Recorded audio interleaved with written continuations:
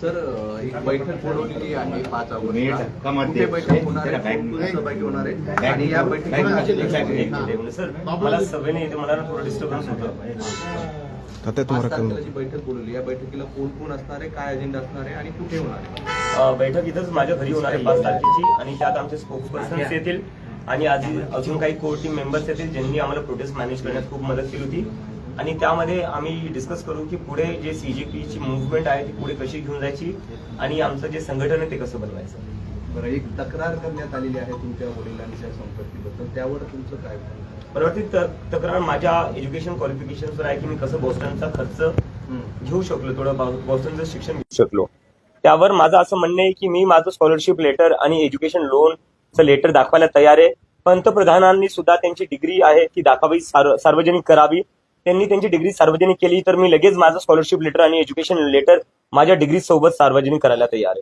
पण आता हे घरापर्यंत नाही, येऊ द्या ना, घरापर्यंत येऊ द्या. जी चौकशी करायची करून घ्या. आपल्याला माहिती या देशात आपण जेव्हा जेव्हा या सरकारच्या विरोधात बोलतो, मी काय पहिला व्यक्ती नाहीये ज्याच्यासोबत असं होतंय. जेव्हा जेव्हा ज्यांनी या सरकारच्या विरोधात आवाज उठवलाय, त्यांना प्रश्न विचारले, हे लोक सगळ्यात पहिली गोष्ट तेच करतात, ईडी सीबीआय पाठवणं सुरू करतात. पाठवून द्या, तुमची ईडी पाठवा, तुमची सीबीआय पाठवा. पण जसं की मी म्हणलं, मी माझं एज्युकेशन लोनचं लेटर दाखवायला तयार आहे, मी माझं स्कॉलरशिपचं लेटर दाखवायला तयार आहे. पंतप्रधान मोदी यांनी सुद्धा जर ईडीला पाठवत असाल तर ईडी सोबत तुमची डिग्री पाठवा. तुम्ही तुमची डिग्री सार्वजनिक करा, मी माझी डिग्री सार्वजनिक करतो. झारखंडच्या विद्यार्थ्यांनी संपर्क साधला आहे, त्यांच्याकडे देखील पेपर फुटला आहे.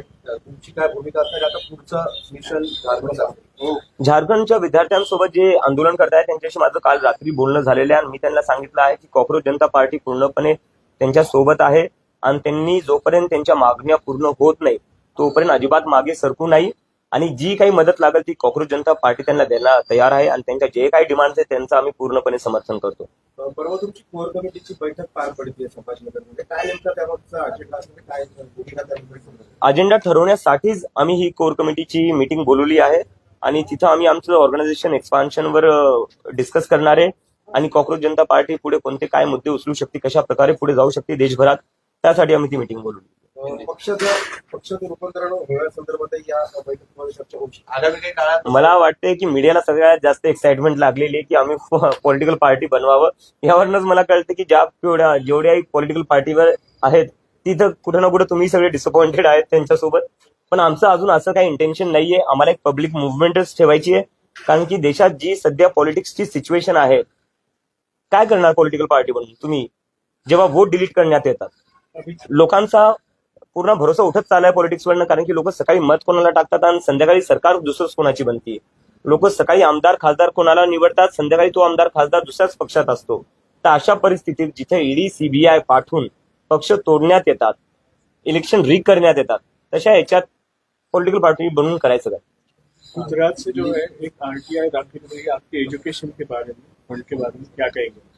उस पर मैं ये कहना चाहूंगा कि हमारे प्राइम मिनिस्टर नरेंद्र मोदी जी अपनी डिग्री पब्लिक कर दे. मैं अपना एजुकेशन लोन का लेटर और मैं अपना स्कॉलरशिप लेटर पब्लिक करने के लिए तैयार हूँ और मेरी डिग्री असली है.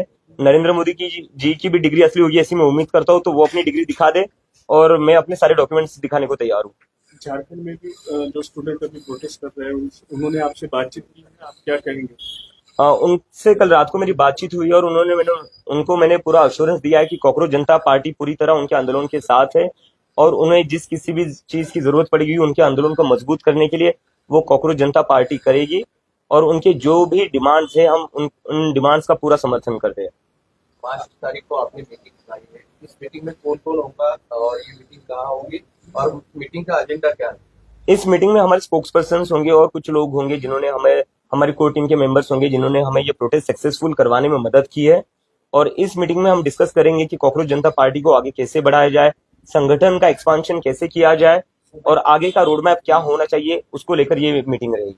कुछ पॉलिटिकल पार्टी से आपको बोला जा रहा है अटैच या कोई आ रहा है हमारे साथ आइए क्योंकि आप आंदोलन कर रहे हैं, इसका इम्पैक्ट है? नहीं, लोग मिलने आ रहे, लोग कॉन्ग्रेचुलेट कर रहे, शुभेच्छा दे रहे, अपनी कह रहे कि आपने जो मुद्दा उठाया था काफी जरूरी था उठाना और देश के भविष्य का मुद्दा है और उसके ऊपर इतनी बड़ी जो जीत हुई है देश के युवाओं की, तो उसके लिए वो हमें कॉन्ग्रेचुलेट करने आए थे. अटैचमेंट हमारा अभी किसी से नहीं हो रहा है और ना आगे होगा. फिर दोबारा जाएंगे जंतर मंतर? जरूरत पड़ी तो बिल्कुल जाएंगे sir. Thank you. Thank you. करू ना आपण.